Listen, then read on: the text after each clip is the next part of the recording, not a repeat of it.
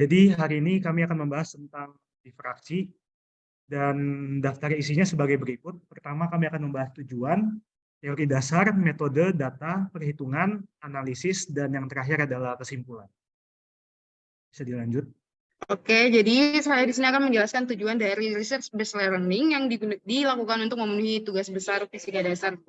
Nah, di sini kami diberikan tugas untuk mengukur diameter serat alami dengan tujuan untuk menentukan diameter dari serat alami dengan menggunakan teknik pengukuran optik yaitu metode difraksi dan juga untuk menentukan setup eksperimen fenomena difraksi serta menganalisis diameter berbagai serat alami berdasarkan pola difraksi yang muncul pada layar yang nantinya segala prosedur yang kami lakukan dapat mencapai tujuan ini. Selanjutnya, kita beralih ke teori dasar. Di sini ada pengertian difraksi terlebih dahulu. Difraksi adalah fenomena yang terjadi saat gelombang cahaya melintasi celah sempit dan kemudian akan membentuk pola pada tampilan layar berupa pita-pita terang dan gelap. Pada difraksi celah tunggal, jarak antara pita terang dan gelap dipengaruhi oleh panjang gelombang, lebar celah, dan jarak celah dengan layar.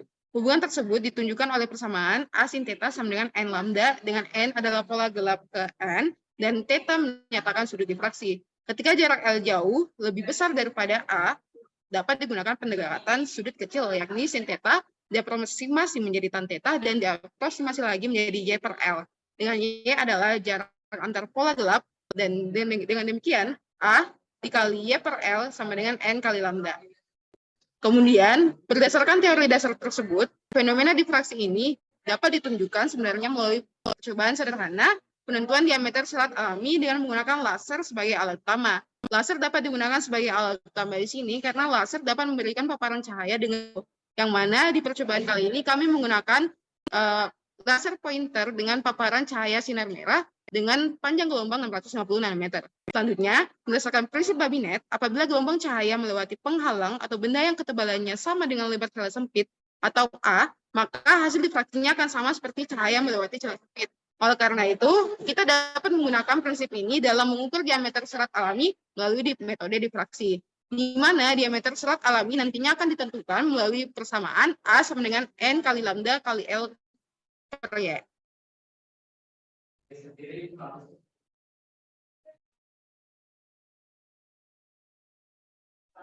Pada percobaan RBL kali ini ada beberapa alat dan bahan serta step-step yang kami tentukan untuk mencapai tujuan dari RBL ini.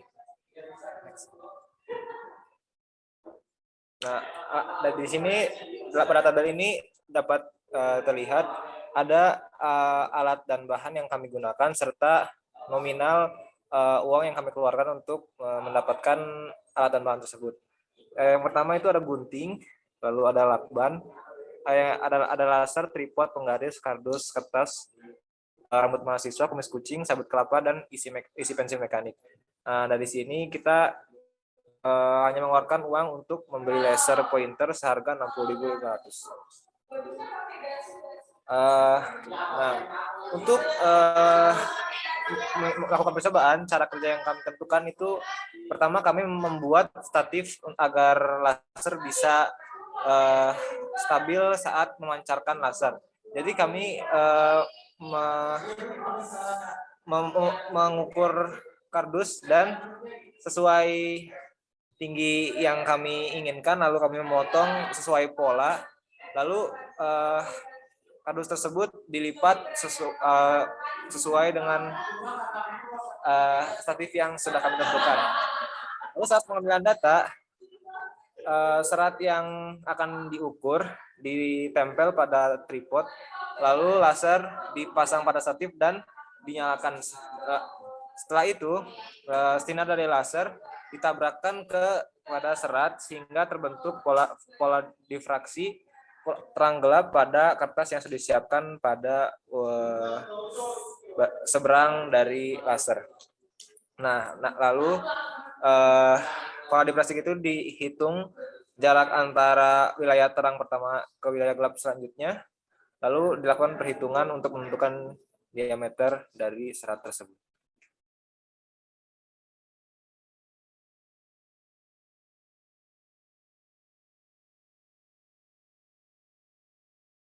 Oke, baik. Jadi ini adalah data hasil dari pengukuran diameter serat dengan metode difraksi yang kami lakukan. Jadi seperti tadi yang sudah disebutkan, nama sampelnya itu ada isian pensil mekanik yang wajib dilakukan oleh semua kelompok. Terus 3 serat alami pilihan kita itu ada kumis kucing, rambut mahasiswa, lebih tepatnya di sini rambut Faiz, lalu serabut kelapa. Jadi di sini yang kita variasikan adalah jarak celah ke layar dan jarak terang pusat ke terang pertama ini adalah yang kita dapatkan dari hasil variasi-variasi yang sudah kita lakukan pada percobaan kali ini. Oke, ini adalah data hasil pengukuran diameternya dengan metode mikroskop di laboratorium. Yang pertama itu ada isian pensil mekanik, kumis kucing, rambut mahasiswa, dan serabut kelapa.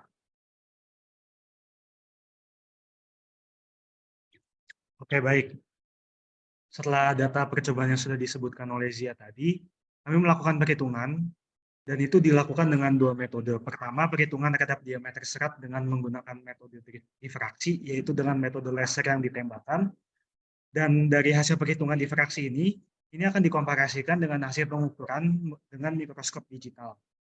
Nah, di mikroskop digital ini dijadikan nilai acuan atau nilai sebenarnya. Dan metode difraksi ini akan dijadikan nilai eksperimen atau nilai percobaan. Adapun nanti galat dari pengukuran itu akan dihitung dari kedua percobaan ini. Persamaan yang dipakai untuk menghitung diameter serat dan galat adalah sebagai berikut.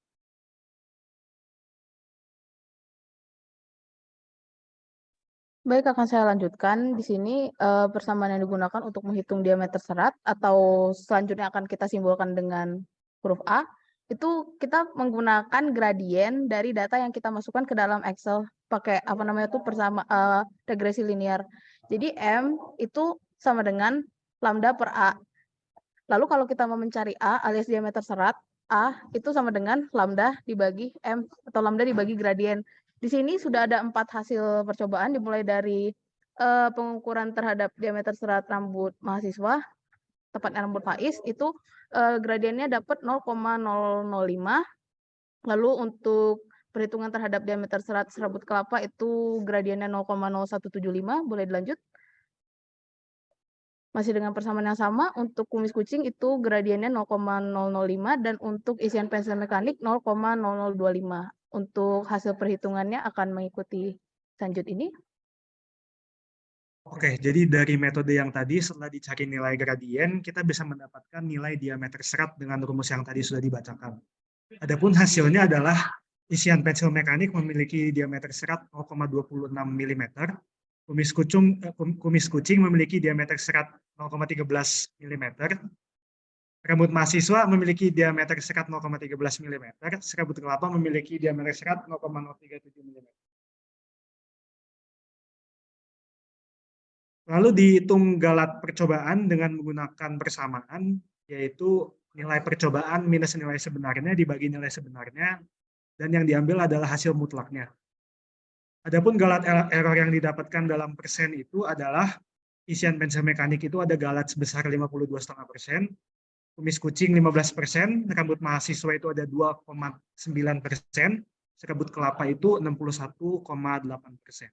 Jadi bisa dibilang kalau yang paling akurat adalah rambut Faiz dan yang paling banyak galat itu di serabut kelapa. Kemudian pada bagian analisis, sebelumnya kami memandang bahwa hasil pengukuran dan perhitungan lebar salah dengan metode difraksi ini merupakan hasil percobaan, nilai percobaan. Sedangkan pengukuran dan perhitungan lebar salah dengan metode mikroskop digital merupakan nilai sebenarnya. Kemudian, kedua data ini dibandingkan dan dikaitkan dengannya, lalu bisa persentase galat error menggunakan datanya. Lalu, pada bagian analisis ini, parameter yang akan kami gunakan pada eksperimen kami adalah pengaruh jarak ke layar dan jarak antar ukuran. Kemudian, hubungan yang kami lihat di sini adalah apakah parameter tersebut berbanding lurus atau terbalik dengan diameter serat. Lalu, untuk variasi jarak celah ke layar sendiri, kami menggunakan 3 variasi, yaitu dengan panjang 890 mm, 990 mm, dan 1090 mm. Kemudian, setelah melakukan perhitungan pengukuran juga, kami mendapatkan tabel-tabel yang sudah dimasukkan pada bagian ini sendiri. Yang kami rangkum dulu pada 7. Selanjutnya dapat kita lihat di sini bahwa hasil pengukuran dari metode menggunakan metode diffraksi dengan metode mikroskop digital terdapat hasil yang ada yang berbeda jauh dan ada juga yang tidak. Di sini kita bisa lihat kalau misalkan isi pensil mekanik diameternya itu cukup berbeda, jadi bisa kita simpulkan bahwa tidak presisi, tetapi galatnya juga sangat besar, yaitu 52,6%. Bisa kita simpulkan bahwa isian pensil mekanik tidak presisi dan cukup akurat. Selanjutnya kita lihat di kumis kucing. Di sini dengan pengukuran metode diffraksi dia mendapatkan nilai sekian, hampir mirip dengan pengukuran dengan mikroskop digital. Dan memiliki galat yang cukup kecil, yaitu 15%. Berarti kita dapat simpulkan bahwa data ini cukup akurat tetapi tidak presisi. Kita pindah ke rambut mahasiswa atau ke rambut Faiz. Di sini dia pengukuran dengan metode diffraksi 0,13 mm, sementara dengan mikroskop digital 0,134. Perbedaannya sedikit dan galat error juga yang paling kecil yaitu 2,9%. Jadi dapat kita simpulkan bahwa rambut Faiz ini datanya sudah cukup akurat tapi belum cukup presisi. Selanjutnya terakhir di serabut kelapa menggunakan metode diffraksi, diameternya terukur 0,0371, sementara dengan mikroskop digital 0,007. Galatnya juga yang paling besar yaitu 60,8%. Bisa kita simpulkan bahwa perhitungan ini sudah menunjukkan kepresisian tetapi akurasinya cukup rendah.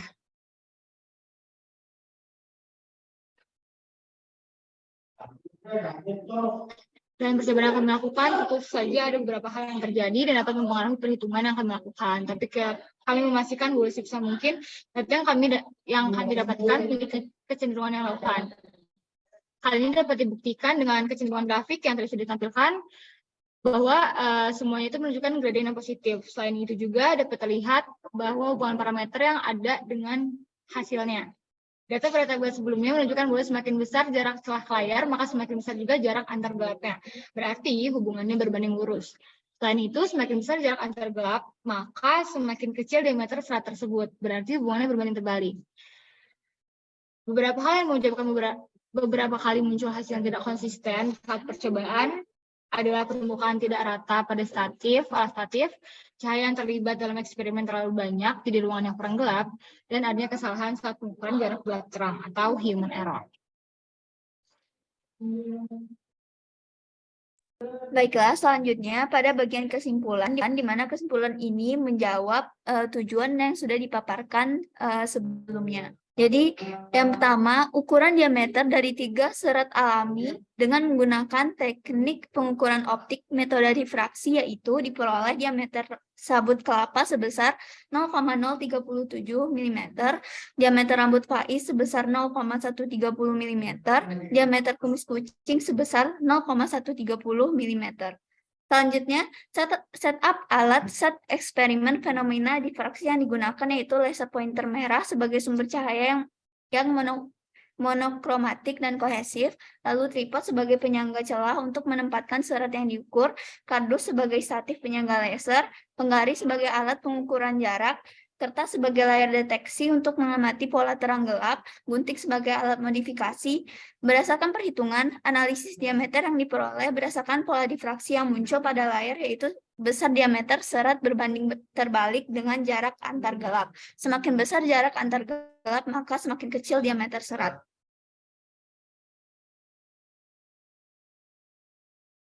Baik, berikut adalah hasil dari presentasi kami.